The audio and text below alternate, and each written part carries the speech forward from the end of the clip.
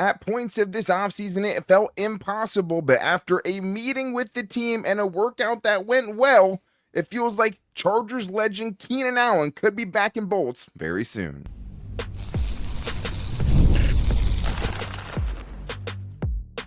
You are Locked On Chargers, your daily podcast on the Los Angeles Chargers. Part of the Locked On Podcast Network, your team every day. What is up, man? Welcome into the Locked On Chargers podcast. I'm your host, Daniel Wade, joined as always by my co-host, David Droegemeier, and we've been covering the Chargers for 10 seasons now, but this is our 8th year as the host of the Locked On Chargers podcast, bringing you your team every day. Thank you to the everydayers out there for making us your first listen. To make sure that you never miss the show, go subscribe or follow for free on the Locked On Chargers YouTube channel and listen wherever you get your podcast from. David, what do we got today?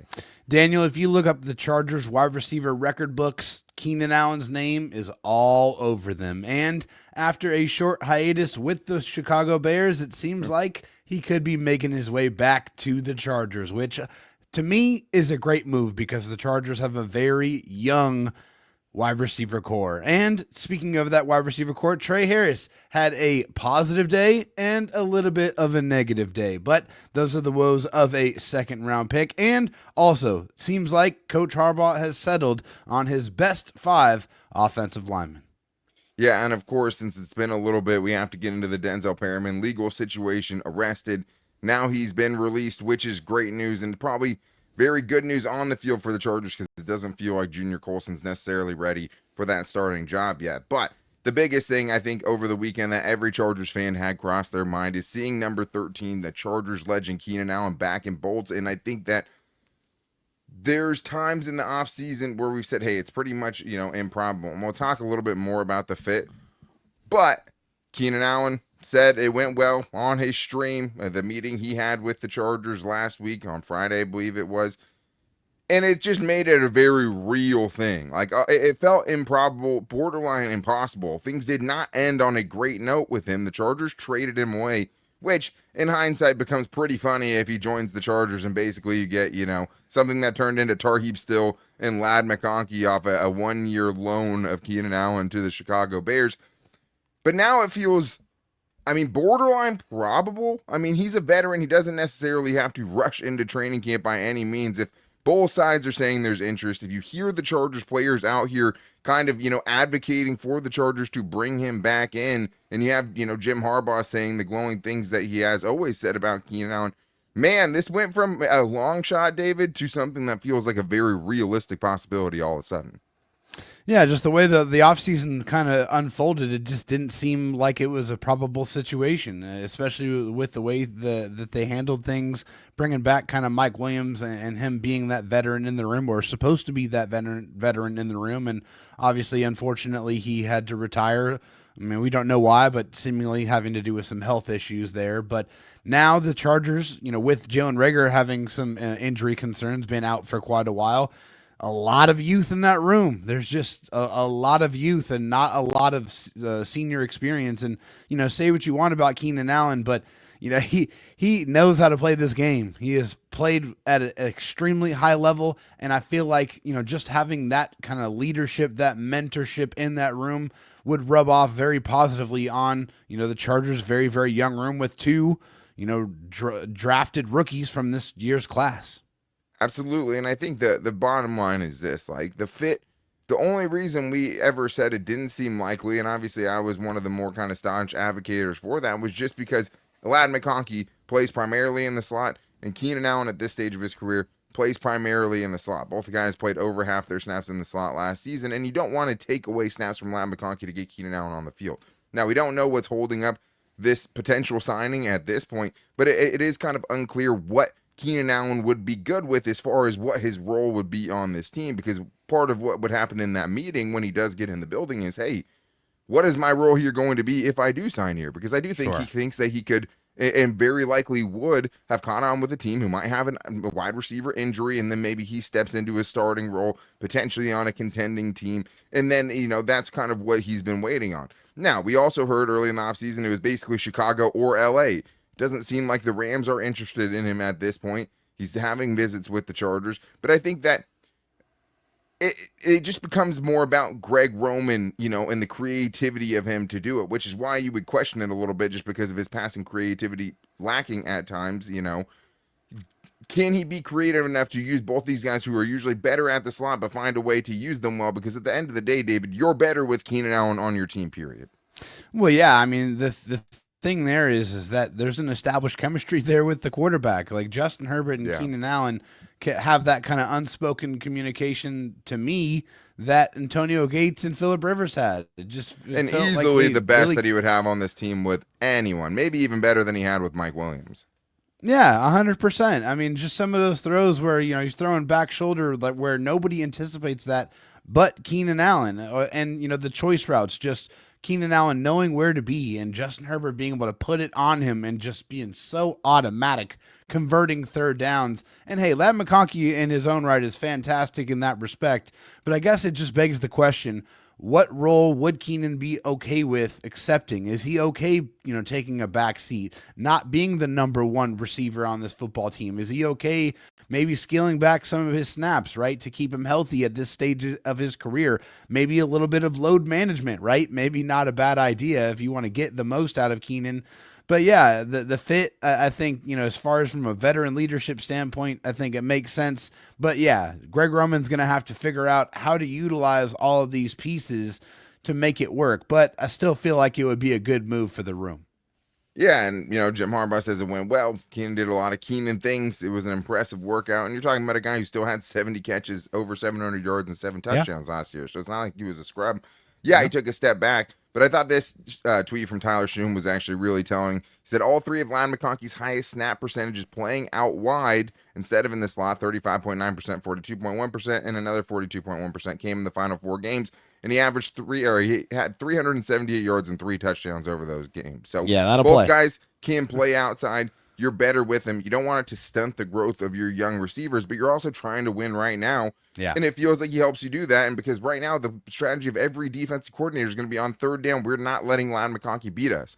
That becomes harder to do if Keenan Allen's on the field, period. And sometimes it's just as simple as that. But let's talk about one of those young wide receivers, because we were talking about with Trey Harris, we needed to see kind of that big day from him. And he finally had it over the weekend at training camp. Per Daniel Popper Sunday's practice, Trey Harris had his best practice and was Justin Herbert's go-to target with the first-team offense and Ladd McConkey out. Said Herbert and Harris connected on 3 third-down conversions on the day, 2 and 7 on 7 and 1 and 11 on 11.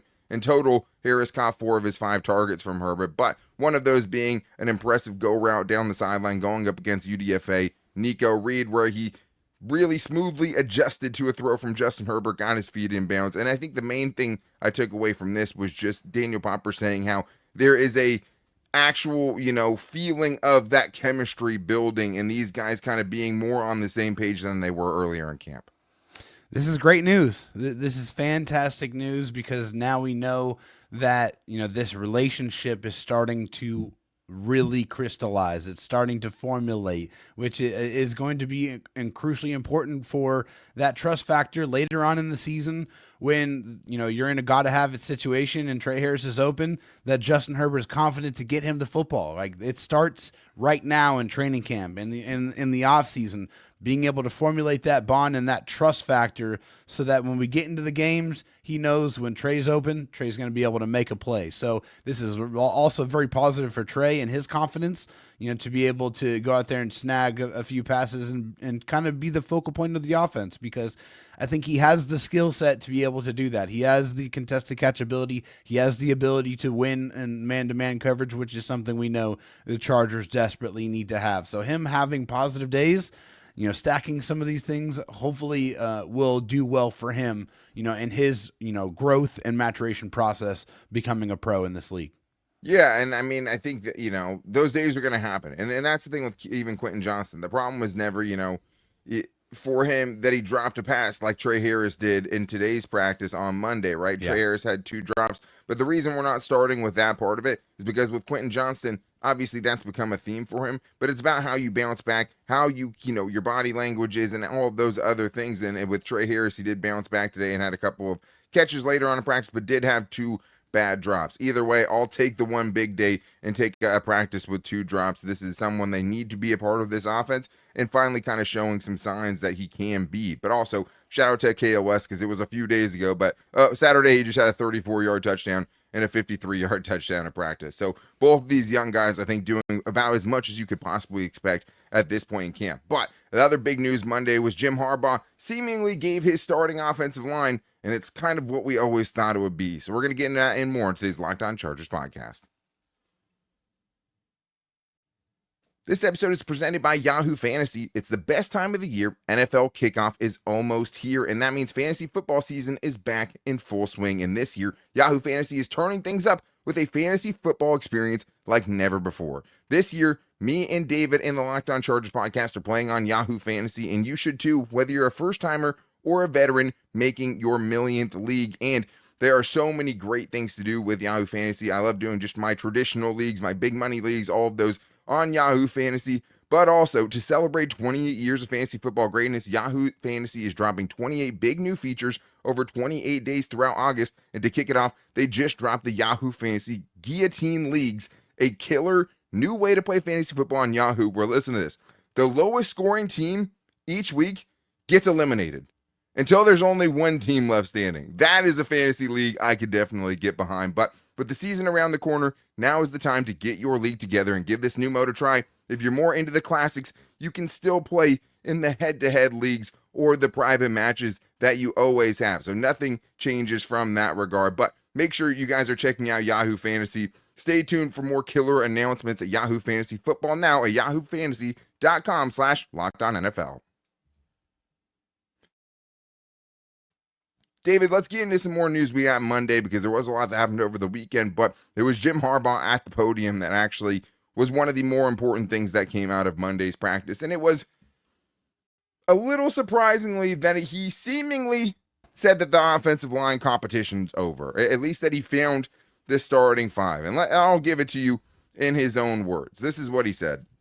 He said, I'm pretty much getting there as far as the best 5. It's Bose right now, center. Zion guard, probably will play more snaps this game with Zion at center just for more of those game snaps. But he said the best 5 as we see it are Rashawn at left tackle, Zion at left guard, Brad Bozeman at center, Mekhi Becton at right guard, and Joe Alt at right tackle. And this is always kind of what we thought it would end up being, David. But man, I still come away with this feeling somehow worse about this situation. And at the same time, as much as I was one of the biggest skeptics about Zion being able to, cure his biggest weaknesses and become the starting center of this team. But I still feel like he didn't get a fair shot at it, man. And it just feels like it just leaves something kind of unresolved here where it's like, okay, well, what was the point of trying this experiment if you're going to kind of call it this early on? Yeah, for real. I just feel like it's not enough time on task for him to be able to even feel like, and also, how do you even know that he can play the position at this point or not? It's only been 3 padded practices according to Daniel Popper, and 2 12, with the first team, 1 with the second 15, team. Yeah, 12 or 15 snaps in one preseason game. It's just not enough. To me, I feel like he should be playing at least 2 or 3 of these preseason games at center and really getting these real game reps to be able to show or not show that he's capable of playing the position. And also, on the second watch, I went back and watched him again. Seemed like he played pretty good football. I mean, it seemed like he was more of a natural fit there. He was able to take on, some of these double blocks, being able to grab somebody and then being able to grab somebody else on a twist that came on, and also being able to climb to the second level, being athletic. I saw some good things from him. So to be able to sit here on, what is, the 4th of August and say, okay, I'm done, and I already know 100% what my best 5 is, I just feel like is way too early to call. Yeah, one other thing is, David, it's how do you end up running it back potentially with 2 of the same 3 starters? It was something and that feel we good talked about about. It. Yeah. No, how could you? How could you, man? And it just feels like this was something that just was not addressed enough in the offseason, especially now we're sitting here with this coming up. It definitely wasn't. And I just feel like now it's the biggest issue, and it has been the entire offseason. And I still feel like they haven't done enough to address it. There's still time to potentially make a move, but it seems like they're content with who they have in the room. It seems like they are, full steam ahead with the same guys that really wrecked or derailed your season last year. It's because they couldn't handle the stunts and twists. Obviously, hopefully you have a more healthy quarterback that's a little bit more mobile that will be able to, negate some of those issues that you saw on the interior, but you don't want to have that be the problem. So the biggest problem of the offseason is yet to be fixed, and the season is now less than a month away. And the thing is like, when we have conversations like this, the comment that always comes up is just like, oh yeah, you guys know better than Jim Harbaugh and Joe Ortiz and Greg. It's like, no, we don't think that. Like, no. I truly couldn't know as much about football as Jim Harbaugh. Like, he's but forgot I know more about football than we know. Okay, I know what bad interior offensive line play looks like. I know it, right? So, like, I think the thing is like, for them to be so optimistic that maybe Zion could take that leap, maybe he is the guy at center all along. But then to only give him this much time to try to prove it, like that, I think that's the most frustrating thing. Is like, for a second on Thursday night, I saw a glimmer of, oh my God, maybe this dude is the center. Yeah. Right? Like, I saw flashes of that. And of course, there was some snap issues and stuff. Duh. 12 preseason snaps and 3 padded practices. Like, to me, this is my biggest thing. You always knew what you had with Bradley Bozeman. You knew what he looked like at center. If you really were going to try this, right? Throw him in the fire from day one and give him snaps at center every single day. If it's not with the first team, then with the second team. And he said they're still going to continue playing Zion at center. And even today, he wasn't non-committal, but this is the biggest kind of checkpoint we've seen in this conversation where there anything that feels like definitive comes out of his mouth about it. So that it feels significant that he's saying it, but running it back with 2 of the 3 same starters is a mistake. It feels like it's a huge mistake. Could those guys take a big leap in year 2 under Greg Roman? I mean, Bradley Bozeman's obviously been in the system already before. It's possible, but to hang your hat on that, to hang your season on that hope after you got a full 18-game sample size of what it looks like seems crazy. And that's one of the most infuriating things. Jim Harbaugh knows way more about football than me. The fact that it feels like they don't see it or they're not as urgent to change it, having seen something that even the casual fan on their couch could just tell you 100 times till Sunday isn't good enough, that's the frustrating part. And they had a lot of needs to fill. 100% they did. But they have money. Like, they still had more money to bring in more competition. And they still could, right? But like we said before, and they, they had an extra week, so it feels like we're further in than we really are. We're still a long ways away from the season. But if they are going to make a move, it feels like it has to be now, because you have to let whoever this next person potentially is go out there and try to actually prove it. And it feels like you already didn't give Andre James a great chance at center because you were trying to figure out if Zion Johnson could do it. So, like, that's the frustrating thing. And you're one injury away to Mekhi Becton to having the same 3 guys that not single-handedly ruined your chances in a playoff game, but were single-handedly the biggest factor as to why you lost that playoff game. And, Mekhi Becton is out with an injury right now. I'm not super worried about it at this point, but it's a good glimpse into the mirror of like, oh my God, this is what it looks like when he's not out here. Yeah, 100%. I mean, that's the thing I was going to bring up is he's been out of practice for a week and we don't know what's going on. He's been working off to the side with Ben Herbert. And so obviously it's still very early and hopefully it's nothing serious that will, get close to bleeding into the season, but you're absolutely right. I mean, it could be Jamari Sawyer, which to his credit, who he's gotten a lot better shape. He seems like he's a little bit quicker, a little more explosive, which is great. He's a guy that's played some good football for the Chargers at a myriad of different positions, but also played some not so good football. And we've seen all of it, especially last year. So yeah, it is a little bit scary and it seems like, the depth is almost exactly what it was before. There's really nobody in that room now that makes you feel like they're going to be able to make a tangible difference on what we saw from last season. Worst case scenario, you have the same exact trio of guys that failed you last season, with a full season of sample size outside of Jamari Sawyer. But the last time we saw him as a full-time starter, he was one of the worst guards in the league. Now, I'm very optimistic about what Jamari Sawyer could be, but for that to be what not the plan is, but like a very stark reality could be for this team, feels like mismanagement in a certain way, right? They made a lot of improvements. They're much deeper on this team. But I get it. Versatility this, versatility that, depth this, depth that. Your starting guys have to be good. Yeah. Not at two different positions, one position. Yeah. You guys have to be good at one position. I don't care about versatility. You have a backup center in Andre James, who maybe should be the starter. I don't care about this versatility of Bradley Bozeman. You have to be good at the position you're going to be starting at for the Chargers this year, and you have two guys that weren't good at those positions that right now are playing the same spots for this team going into 2025. And I think there's right to be frustrated about that. But we still have more to get into because, man, a crazy weekend and a crazy offseason for the Chargers continues, as since the last time we talked about this team without the interview with Warren Sharp, Denzel Perryman has been arrested and subsequently released. And thank God, because Junior Colson does not feel ready for that job yet. So we're going to talk about that and more in today's Locked On Chargers podcast.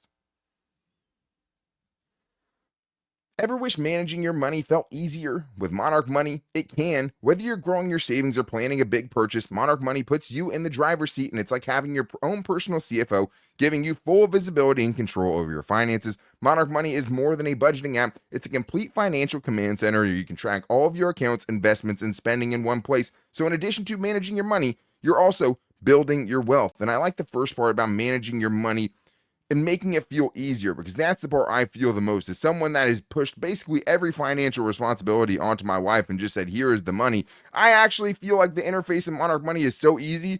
I feel as up to date and as intertwined with my finances and in control as I ever had. And it's such a good feeling after really just not being like, hey, this is too dense, I don't really understand it. Monarch Money lays it out for you very simply, so you know exactly what's going on, what you're paying for, what your expenses are going to be. So take control of your finances with Monarch Money. Use the code LOCKEDONNFL at monarchmoney.com for 50% off your first year. That's monarchmoney.com, code LOCKEDONNFL for 50% off of your first year.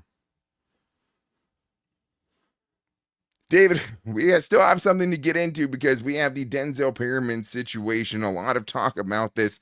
And good news, bad news that turned into good news, at least on Monday, with him getting released and the Chargers being dropped.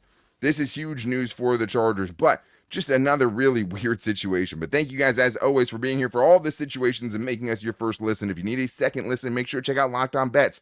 Betting experts Lee Sterling and Kevin Rogers have daily MLB locks for you right now, and can't miss football futures. Find Locked On Bets on YouTube and wherever you get your podcast from. So, last week, over the weekend, Friday, we get the report that Denzel Perryman has been arrested. And it comes out from TMZ. And for the most part, if you're on TMZ, it's not a good thing if you're an NFL player. And it says, we were told that Denzel Perryman was en route to a gun range when cops searched his car and found he had 2 AR rifles and 3 handguns in his trunk, with the rifles being non-compliant, which is illegal in California. He's still in jail as of Saturday morning and is due in court on Tuesday. This is Denzel's first felony charge.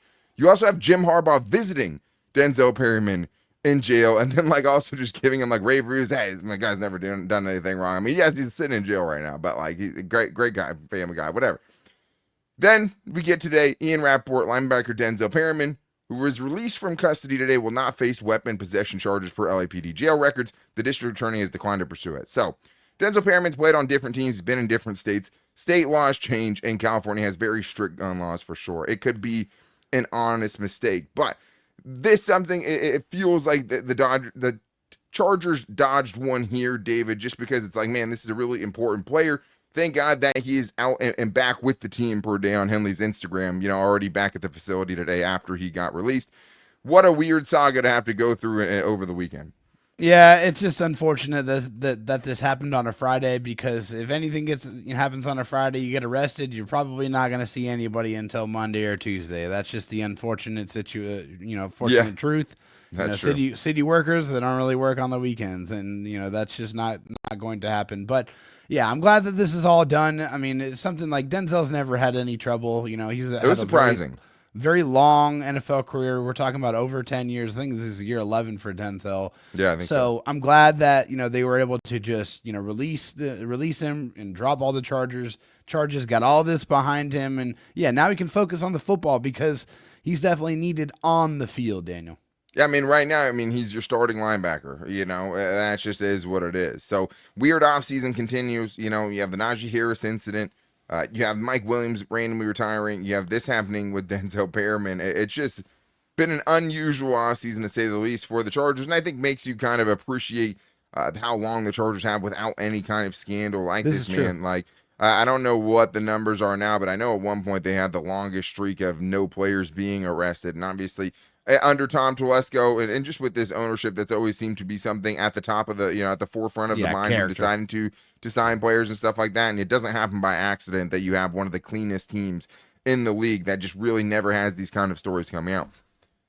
The weird thing about it is Daniel Popper saying on his Hops with Pop podcast on Monday night when I was listening to it, saying that there is more to this story 100% than what has come out so far, but Daniel Popper wouldn't go into it. So that's a little crazy because, 5 guns going to the gun range doesn't seem that crazy, but when someone tells you there's more to the story when someone has 5 guns in their car, that's a little concerning, especially as someone who's, a leader in the locker room, a huge figure in that linebacker room for sure, and just on this team in general, definitely playing more than just what he does on the field, a glue guy in the locker room, by a lot of measures. But like I said before, obviously, more serious things, felony charges are all very serious, all of that. But just as far as an on-field perspective, David, this is big news for the Chargers because Junior Colson really struggled in his first live action in 2025. There were some glimpses, and there were some other things, but you didn't come away from that game feeling like he was ready to go kind of, get that starting role away from Denzel Perryman. So they like you said, they need Denzel Perryman on the field because it did feel a little bit like Junior Colson still isn't ready for that job. Yeah, and we got to hear from defensive coordinator Jesse Minter about Junior Colson, and he said, it was good. It was great to play the amount of snaps he played on that long drive. I thought there was some good and some bad. Also said that he could be more aggressive on some plays. Yeah, and I think that's 100% accurate for sure. You maybe saw him be a little bit hesitant. I think one of the words that I heard somebody explained or used to describe him, I believe it was in Hops with Pop as well, was jittery. And I think that's a very accurate word to kind of be able to describe how he was out there. He wasn't very confident. He was tentative for sure. Yeah, maybe seemed like he was a little bit tentative, which, at linebacker, especially middle linebacker, you got to be able to see it, diagnose it, and pull the trigger, get downhill and explode, right? Yeah. You got to be able to play fast out there. You don't want to be thinking. When you're thinking on the football field, that means you are playing slow. So with Junior Colson, the snaps need to continue. He needs to, play as much as he possibly can in this offseason because, unfortunately, right now, he still has a ways to go. I feel like, it's Denzel Perryman and Troy Dye both ahead of him on the depth chart, and I don't think we've seen anything or any reason why that should change in the case of Junior Colson.